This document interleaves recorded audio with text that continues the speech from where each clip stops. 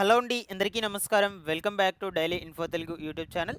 ఈ వీడియోలో మనం డిస్కస్ చేసుకోబోయే టాపిక్ ఏమిటి అంటే ఆంధ్రప్రదేశ్ రాష్ట్రంలో వికలాంగుల అదేవిధంగా మెడికల్ స్పౌస్ పెన్షన్స్ నెక్స్ట్ వచ్చేసి వృద్ధాప్య పెన్షన్లకు సంబంధించినటువంటి పెన్షన్ లబ్ధిదారులు ఎవరైతే ఉన్నారో సో మీరందరూ కూడా తప్పకుండా ఈ యొక్క 5 ముఖ్యమైన అంశాల గురించి అయితే తెలుసుకోవాల్సి అయితే ఉంటుంది. నేను వచ్చేసి మీకు ఈ వీడియోలో క్లియర్గా ఎక్స్ప్లెయిన్ చేస్తాను. మీరందరూ కూడా తప్పకుండా అయితే వీడియోను ఎండ్ వరకు చూసి ఈ ఇన్ఫర్మేషన్ కనుక మీకు యూస్ఫుల్ అని అనిపించినట్లయితే లైక్ చేసి అందరికీ కూడా షేర్ చేయండి. ఫస్ట్ టైం కనుక ఎవరైనా ఛానల్ని విజిట్ చేయడానికి వచ్చినటువంటి వాళ్ళు ఉన్నట్లయితే ఛానల్ని సబ్స్క్రైబ్ చేసుకునేసి పక్కనే ఉండేటువంటి బెల్ ఐకాన్ని క్లిక్ చేసి ఆన్లో అయితే పెట్టుకునేసేయండి. ఒకసారి టెలిగ్రామ్ గ్రూప్ని కూడా విజిట్ చేయండి. డిస్క్రిప్షన్లో అయితే లింక్ పెట్టున్నాను. టెలిగ్రామ్ గ్రూప్ ద్వారా కూడా మీకు యూజ్ అయ్యే ఇన్ఫర్మేషన్ డైలీ కూడా అప్లోడ్ అయితే చేస్తూ ఉంటాను. లేట్ చేయకుండా టాపిక్లో కనుక వచ్చేసినట్లయితే మన ఆంధ్రప్రదేశ్ రాష్ట్రంలో ఉన్నటువంటి వికలాంగ మెడికల్ స్పౌస్ పెన్షన్స్ అండ్ అదేవిధంగా వృద్ధాప్య పెన్షన్ లబ్ధిదారులందరి కోసము సో ఈ వీడియోలో వచ్చేసి 5 ముఖ్యమైన అంశాల గురించి అయితే చెప్తాను. మీరందరూ కూడా తప్పకుండా వీడియోని అయితే ఎండ్ వరకు చూసేయండి. సో మనకు రాష్ట్రంలో గత నెలలో మీకు అందరికీ తెలిసిన విషయమే, చాలామందికి సంబంధించి పెన్షన్ నోటీసులు అనేటువంటివి అయితే జారీ చేసి రీఅసెస్మెంట్స్కి అయితే వెళ్ళమని చెప్పడం జరిగింది. చాలామంది కూడా రీఅసెస్మెంట్స్కి అయితే వెళ్ళారు.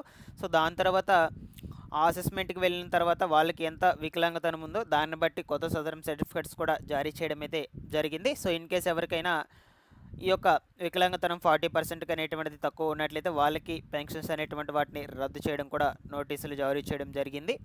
సో ఈ విధంగా అయితే జరిగిందనమాట. అయితే చాలా వరకు ఒక 95% వరకు అప్పీల్స్ అనేటువంటివి అయితే పెట్టుకున్నారనమాట. అంటే మేము పెన్షన్స్కి అర్హులమి, సో కన్ఫామ్గా మేము అర్హులైతే అవుతాము అని అప్పీల్స్ అయితే పెట్టుకోవడం జరిగింది. ఓకేనా. సో ఈ విధంగా అప్పీల్స్ పెట్టుకున్నటువంటి వాళ్ళందరికీ సంబంధించి అదేవిధంగా పెండింగ్లు అయితే ఉన్నాయండి. వాటిని ఇంకా కూడా క్లియర్ చేయలేదన్నమాట. సో అందుకోసం ప్రభుత్వము సెర్ఫ్ అధికారులు ఏం చెప్పారంటే, సో ప్రజెంట్ ఈ పెన్షన్లకు సంబంధించినటువంటి పునఃపరిశీలన ప్రక్రియ అనేటువంటి దాన్ని కంప్లీట్గా రద్దు చేసి అంటే తాత్కాలికంగా నిలుపుదల చేసి సో ఇప్పుడు వచ్చేసి ఈ యొక్క అప్పీల్ పెట్టుకున్నటువంటి పెన్షన్ లబ్ధిదారులు ఎవరైతే ఉన్నారో సో అప్పీల్ ఫామ్స్ అన్నిటిని కూడా మొత్తం వెరిఫికేషన్స్ చేసి సో దాని తర్వాత వాళ్ళకి సంబంధించి మళ్ళా రీఅసెస్మెంట్ కోసం నోటీసులు జారీ చేసి సో వాళ్ళకి రీఅసెస్మెంట్ స్లాట్స్ అనేటువంటి వాటిని అయితే అప్పగించండి అని సెర్ఫ్ అధికారులకైతే జారీ చేశారనమాట నోటీసులు. ఓకేనా. సో ఈ విధంగా ఇప్పుడు మనకు ఈ యొక్క ఆగస్టు నెల నుంచి తాత్కాలికంగా ఈ రీఅసెస్మెంట్కు జారీ చేసినటువంటి నోటీసులను అయితే నిలిపివేస్తున్నారు. కేవలము ఈ అప్పీల్ పెట్టుకునేటువంటి వాళ్ళకి సంబంధించి అండ్ అదేవిధంగా కొత్తగా ఎవరైతే దరఖాస్తులు చేసుకున్నారో వాళ్ళకి సంబంధించి మాత్రమే వీళ్ళు ప్రక్రియ అయితే మొదలు పెడుతున్నారనమాట. ఓకేనా. సో ఇక్కడ మీరు దీనికి సంబంధించినటువంటి పూర్తి ఇన్ఫర్మేషన్ అయితే ఇక్కడైతే ఉంది. ఇక్కడ చూడొచ్చు, రాష్ట్ర వ్యాప్తంగా 7,38,000 మంది దివ్యాంగ పెన్షన్దారులు ఉండగా ఇప్పటి వరకు 5 లక్షల మందికి ధృవీకరణ పత్రాలను పునఃపరిశీలన అయితే చేశారనమాట. ఇంకా కూడా 1,38,000 మంది అయితే ఈ టెస్ట్లు అనేటువంటివి అంటే వెరిఫికేషన్ అనేటువంటి చేయాల్సింది ఉండగా సో 8 నెలలుగా చేపట్టినటువంటి తనిఖీల్లో దాదాపుగా 1,35,000 మంది అనర్హులుగా అయితే తేలారట. సో వీరిలో అర్హులుంటే అప్పీల్ చేసుకునే అవకాశం కూడా కల్పించడం జరిగింది. తాము అర్హులమేనంటూ 95% వరకు, ఓకేనా, దాదాపుగా నేను చెప్పాను కదా స్టార్టింగ్లో 95% మంది ప్రభుత్వానికి అప్పీల్స్ అయితే పెట్టుకున్నారు. సో ప్రజెంట్ ఇప్పుడు ఈ యొక్క అప్పీల్ పెట్టుకునేటువంటి వాళ్ళందరికీ సంబంధించి మళ్ళీ రీఅసెస్మెంట్ కోసం నోటీసులు అయితే జారీ చేస్తూ ఉన్నారనమాట. ఓకేనా. సో దీనికోసం అయితే ప్రాసెస్ అయితే స్టార్ట్ అయిపోయింది. మీకు రీఅసెస్మెంట్ కోసం అప్పీల్ పెట్టుకునేటువంటి వాళ్ళకు రీఅసెస్మెంట్ కోసం నోటీసులు అనేటువంటివి అయితే జారీ చేస్తారు.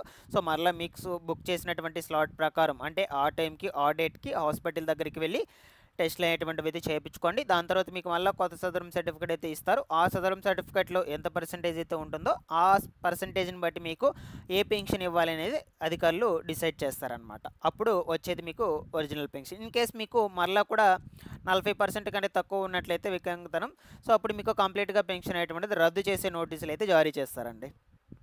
ఇది కూడా గుర్తుపెట్టుకోవాలి మీరు. ఓకేనా.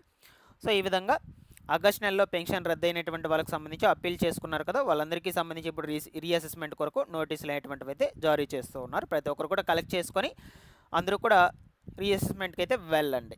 ఓకేనా, ఇక్కడ వరకు ఇది క్లియర్. నెక్స్ట్ వచ్చేసి డిఎంహెచ్ఓ పెన్షన్స్ అండి. ఇది ఆల్రెడీ నేను ఎక్స్ప్లెయిన్ అయితే చేశాను. డిఎంహెచ్ఓ పెన్షన్స్ అనేటువంటివి ఎవరెవరికి ఇస్తారు, ఇవి కొత్త పెన్షన్స్ అనమాట. సో ఇప్పటి వరకు ఈ యొక్క పెన్షన్స్ ఎవరైతే ఈ యాక్సిడెంట్ అంటే ప్రమాదాలకు గురయ్యి బాడీ పార్ట్స్ అన్నీ కూడా చల్లం లేకుండా మంచానికి పరిమితమై ఎవరైతే ఉంటారో అటువంటి వాళ్ళకి సంబంధించి, అదేవిధంగా పెరాలసిస్ వ్యాధికి గురైనటువంటి వాళ్ళు ఎవరైతే ఉన్నారో వాళ్ళకు సంబంధించి ఈ యొక్క డిఎంహెచ్ఓ పెన్షన్స్ అనేటువంటివి అయితే వచ్చేందుకు అవకాశం అయితే ఉండొచ్చు అనమాట. అందులో ఎలా వస్తుంది అంటే, సో ఇదివరకు వాళ్ళకు 40% నుంచి 85 బిలో అయితే ఉండుండొచ్చు అనమాట టెస్టులు చేసుకున్నప్పుడు ఆ సదరం సర్టిఫికేట్లో. బట్ ఇప్పుడు 85% అబోవ్ అనేటువంటిది అయితే ఉండొచ్చు. కొత్తగా ఈ వెరిఫికేషన్ చేస్తారు కదా, సో ఇప్పుడు కొత్తగా వాళ్ళకి 85% అబోవ్ అనేటువంటిది ఉన్నట్లయితే వీళ్ళకి వచ్చేసి ఇప్పుడు మెడికల్ పెన్షన్స్ అయితే వస్తాయి. 15,000 రూపాయల పెన్షన్స్ అయితే వస్తాయి కదా.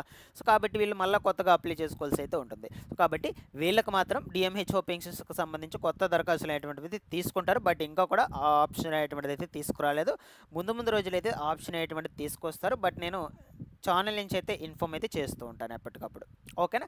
నెక్స్ట్ ఇంకొక టాపిక్ వచ్చేసి మనకు రాష్ట్రంలో ఈ యొక్క పెన్షన్లకు సంబంధించి, ఓకేనా, ఒక సెకండ్,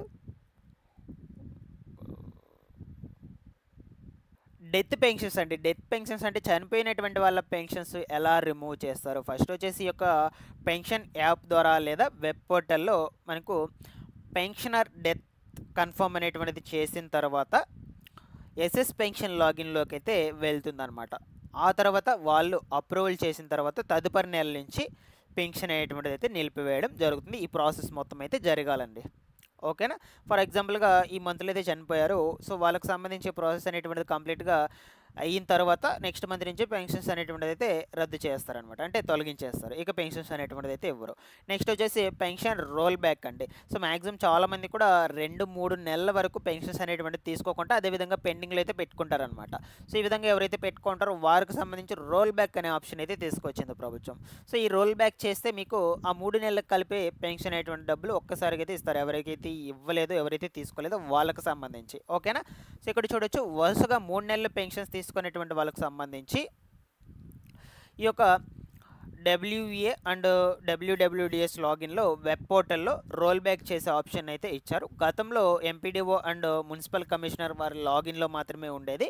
సో ఇప్పుడు వచ్చేసి మనకు ward education assistant and ward welfare and development security లాగిన్లోకి రోల్ బ్యాక్ చేసిన తర్వాత తదుపరి ఆమోదం కొరకు ఎంపీడీఓ లేదా మున్సిపల్ కమిషనర్ వారి లాగిన్కి అయితే వెళ్తుందన్నమాట. ఓకేనా. సో ఈ విధంగా ఈ యొక్క రోల్ బ్యాక్ ప్రాసెస్ అనేటువంటిది అయితే జరుగుతుంది. జస్ట్ మీకు ఒక అవేర్నెస్ కోసం ఈ అప్డేట్స్ అన్నిటిని కూడా తెలియజేస్తున్నాను. ఈ ఇంపార్టెంట్ అప్డేట్స్ అన్నిటిని కూడా చెప్తున్నాను, మీకు అందరూ కూడా తెలిసి పెట్టుకోండి. బట్ ఈ ప్రాసెస్ మొత్తం గ్రామ వార్డ్ సచివాలయం అధికారులు అండ్ మున్సిపల్ కమిషనర్స్ ఎంపీడీఓ అధికారులు వాళ్ళు ఉంటారు కదా, వాళ్ళైతే చేస్తారు, వాళ్ళ లాగిన్స్లో అయితే చేస్తారు. సో ఇన్ కేస్ మీరు చేసుకోకపోయినట్లయితే ఒకసారి గ్రామ వార్డ్ సచివాలయంకి వెళ్ళి అయితే అడగండి. ఓకేనా. నెక్స్ట్ వచ్చేసి పెన్షన్ ట్రాన్స్ఫర్స్ అండి, పెన్షన్ బదిలీలు. పెన్షన్ ట్రాన్స్ఫర్కి సంబంధించి చూసుకుంటే with in district and other district, అంటే ఒక డిస్టిక్ లోపల అదేవిధంగా అదర్ డిస్టిక్స్ అంటే సపరేట్ వేరే డిస్టిక్స్లో చేసుకునేటువంటి వాళ్ళకి సంబంధించి చూసుకుంటే ఈ యొక్క ప్రాసెస్ అనేటువంటిది ఎలా ఉంటుంది. ఫస్ట్ వచ్చేసి ఎస్ఎస్ పెన్షన్ లాగిన్లోకి అయితే పంపిస్తారండి. సో దాని తర్వాత లేదా మనకు ఎన్టీఆర్ భరోసా పెన్షన్ యాప్ నందు వార్డ్ ఎడ్యుకేషన్ అసిస్టెంట్ లేదా వార్డ్ వెల్ఫేర్ అండ్ డెవలప్మెంట్ సెక్రటరీకి సంబంధించి అక్కడి నుండి ట్రాన్స్ఫర్స్ అయితే చేస్తారనమాట. ఓకేనా.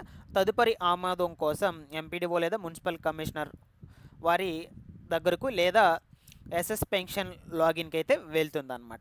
ఈ విధంగా ఈ యొక్క ప్రాసెస్ అనేటువంటిది కంప్లీట్ అయ్యాక పెన్షన్స్ అనేటువంటిది మీకు ఎక్కడికైతే పెట్టుకో ఉంటారో ట్రాన్స్ఫర్ అక్కడికైతే ట్రాన్స్ఫర్ అవుతుంది.